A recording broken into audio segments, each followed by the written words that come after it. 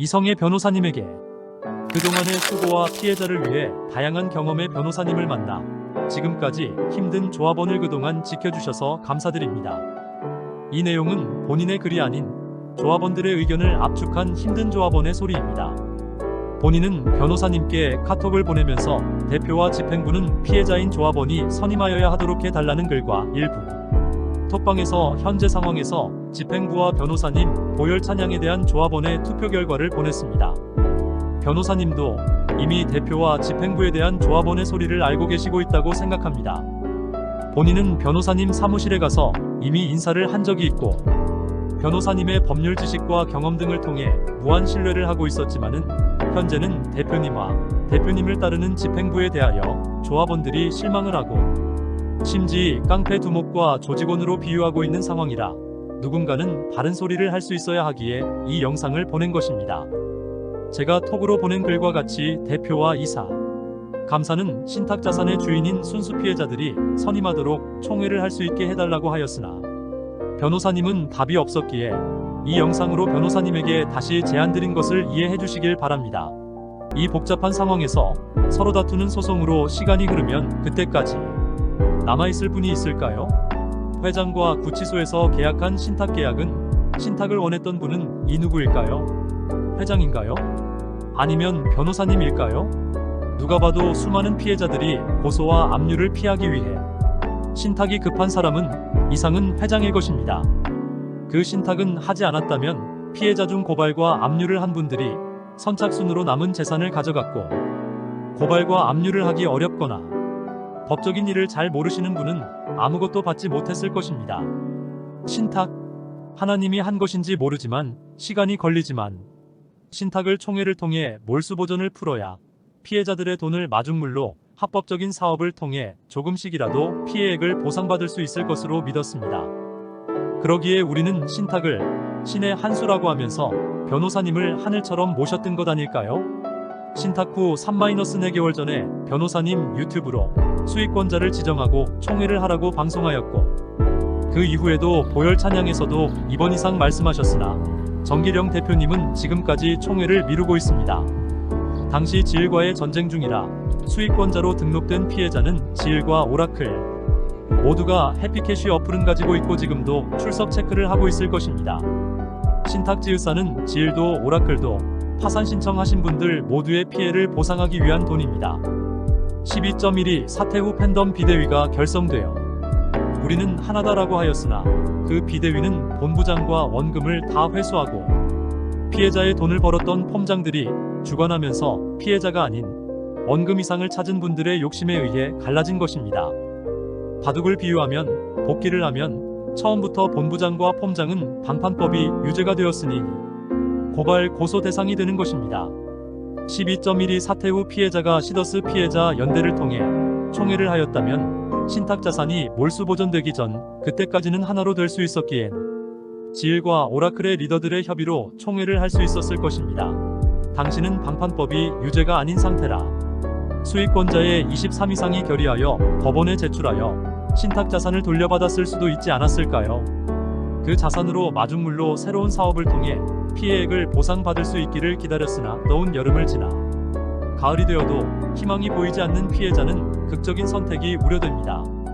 안타깝게도 오라클 자체에서 총회를 주장하고 현 대표와 집행부를 선임 무효와 조합원의 투표로 다시 세우길 원하고 있습니다. 다 뭉쳐도 쉽지 않은 현재 총회방과 오라클방으로 갈라지면서 오라클방 8개 방에는 집행부가 전구 방장 부방장이라 힘든 고통을 이야기하거나 집행부가 보기 싫은 글은 가리고 강퇴하고 있습니다. 이런 문제가 발생한 것은 변호사님은 고문 변호사로 대표와 이사, 감사 등 집행부와 전문 경영인과 협의하여 협의 결과를 조합원에게 공지하는 한은 변호사님이 회장과 신탁 계약 시 변호사, 소속 변호사, 여직원 등 하루에 신탁 비용 모든 피해자는 다 알고 있습니다. 그러면 10개월이 지난 현재까지 변호사님이 신탁 비용이 얼마나 될까요? 그 돈은 우리의 피 같은 돈입니다. 이 신탁이 계속되면 우리의 돈은 줄어들고 변호사는 돈을 더 벌게 되는 것입니다.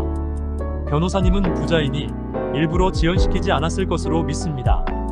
하나님을 믿는 분이시니 고의로 미룬 것은 아닐 것이라고 믿습니다. 더 이상 미루게 되면 변호사님이 오해를 받을 수 있을 듯합니다. 그러므로 신탁을 대하여 말씀이 없었고 본인은 월미도에서 대형 세미나를 한다고 하여 그 모임이 총회가 아닐까 생각하고 있었으나 지금은 그 말도 하지 않고 있습니다. 신탁 자산의 관리를 위해 세금 계산서 등이 필요하니 급히 시더스 신탁법인의 시사모를 시더스 신탁으로 변경할 때 등기의 대표를 기록하여야 하니 당시 그동안 시더스를 살리기 위해 초기부터 노력하신 정길영 대표님을 긴급 지정하여 대표를 세웠습니다. 일반적으로 대표가 출자할 경우 회사의 대표는 당연하지만 오라클 법인은 피해 수익자가 주인입니다. 그러므로 대표를 세울 때는 조합원 중 경험과 경륜이 있는 분들이 이력서와 출마 의지를 발언하고 투표를 통하여 선임해야 하는 것인데 변호사님이 선임하셨죠. 오라클 집행부는 보혈 찬양에서 박수치고 한 것을 총회를 한 것이라고 하는데 지나가는 게도 웃을 사건입니다. 변호사님은 우리가 선임한 고용인입니다. 많은 분들이 변호사님이 오라클 회장이라고 합니다. 변호사님이 선임한 대표가 조합원들에 위해 재건을 위한 준비와 모든 조합원이 잘하고 있다고 하면 모든 조합원이 1차로 갈라지고 오라클 안에서 2차로 갈라진 이유는 조합원이 투표로 선임하였다면 이런 일이 없을 것입니다. 선임 과정부터 잘못된 것이므로 이는 변호사님의 실수라고 판단합니다. 현재 지일은 파산 반대를 위해 교대역에서 시위를 하고 있습니다. 총회를 통해 수익권자의 결정은 오라클 법인이 아닌 피해자 연대를 만들어 수익자의 결정을 법원에 접수하여야 합니다. 몰수 보전된 신탁 자산을 돌려받기 위한 법원에 제출하는 서류를 보낼 자격은 일반 법인이 아닌 순수 피해자들이 협의체가 되어야 됩니다. 그러므로 오라클에 있는 분만 가지고는 3분의 2가 되지 않기에 지환의 대표와 연결하여 소통해야 할 것입니다. 변호사님께서도 KTN 대표도 이미 알고 계신 것으로 알고 있습니다. 신탁 무효 소송 서로 싸우면 2-3년 걸릴 수도 있습니다. 그때까지 신탁 자산이 묶여 있다면 모든 조합원이 얼마나 남아 있을까요? 문제는 지환과 지난 10개월 동안 갈라져서 서로 비난하는 상태였으나 소통과 협의가 쉽지는 않을 것입니다. 그러나 지환 쪽에서 신탁 무효 소송 중이니 총회를 통해 빠른 시간에 해결이 될 수 있으니 가능할 것으로 생각합니다. 생각해보세요. 한국인들이 다 알고 있는 시더스 사기. 피해자들이 두 개로 갈라져 사업을 하다가 지환과 오라클 둘 중 하나라도 문제가 되면 둘 다 어렵게 됩니다. 언론과 유튜브로 그동안 우리가 얼마나 힘들었나요? 그래서 처음부터 하나가 되지 않으면 재건을 어렵다고 이야기하였고 지금이라도 갈라진 상처를 서로 치료하면서 하나가 되어야 한다고 하였습니다. 그래서 총회를 원하는 분들이 모인 단톡방 투표에서 지일과 오라클이 하나가 되어야 된다. 라는 항목에 90% 이상의 분이 하나가 되자는 곳에 투표하였습니다. 플랫폼의 재산 가치는 개인정보를 제공한 회원의 수입니다.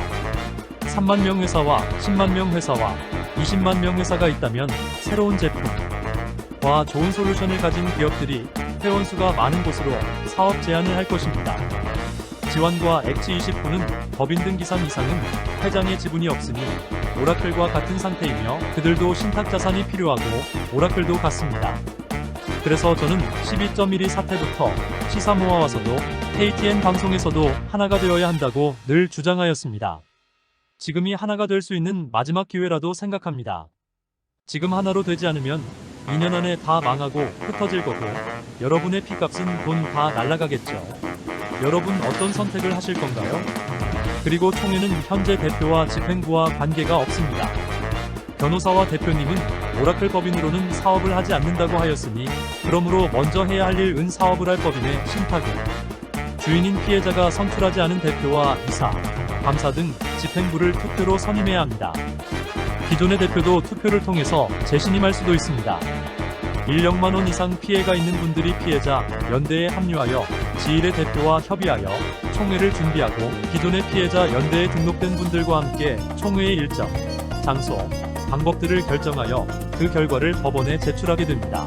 현 집행부에 경험과 아이디어가 있는 분이 있나요?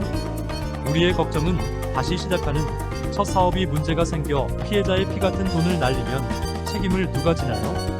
대표가 컨설팅 전문가라면서 무조건 따르라. 이게 맞나요? 변호사님이 하라고 하셨나요? 변호사님의 일은 자문 변호사로서 법적으로 문제가 있는지 대표가 검토를 의뢰하면 법적인 문제에 검토하시어 법적 문제가 있는지 없는지 알려주시면 되는 것입니다. 대부분의 기업은 중요한 결정을 할 때 다양한 경험이 있는 부사장, 업무를 주관하는 이사와 각 부서의 부장 감사 등 함께 솔루션의 RISK를 검토하고 최종 결정을 한 후 회사 직원에게 공지하여 진행하는 합니다. 지금 톡방에서는 총회를 원하는 방과 집행부가 관리하는 톡방이 서로 비난하고 있습니다. 왜 그들이 총회를 반대할까요?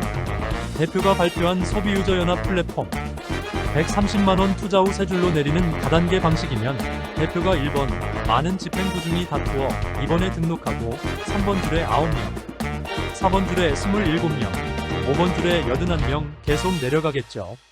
피해자들은 전부 그 밑으로 가입해야 할 것입니다.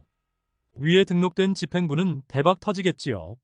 다단계 하지 않는다 하셨는데 3개로 내려가는 다단계 아닌가요? 3개 라인으로 연결하는 다단계 사업의 아이디어는 대표가 조합원에게 동의를 거쳤나요? 대표님이 일방적으로 결정하셨나요? 컨설팅 전문가라고 하시니 제가 잘못 알았다면 사과를 드려야 될 것 같습니다. 저는 지원에 있을 때 단독 드리블하는 1인천하 회장을 비난하였고 새로운 시작은 조합원이 주인이 되는 회사를 재건해야 한다고 하였고 본부장과 오 기자님이 제가 한 말에 동의하였고 그렇게 할 것이다 하여 시사모로 오게 되었습니다. 3-4개월 동안 집행부에 있었고 제가 마지막으로 참석한 부산 서면 강의를 들으면서 늘 하는 이야기를 듣고 미래가 보이지 않았습니다. 고민 중에 저는 완장을 피해자의 목소리에 들으면서 누군가는 바른 소리를 해야겠다고 결심한 것입니다. 개인적인 일도 많고 10개월 동안 희망 고문도 건강도 무너졌습니다. 마지막 약속은 본인은 회사의 임원이나 대표에 절대로 출마하지 않을 것이며 뒤에서 열심히 응원하겠습니다. 긴 영상 들어주셔서 감사드립니다.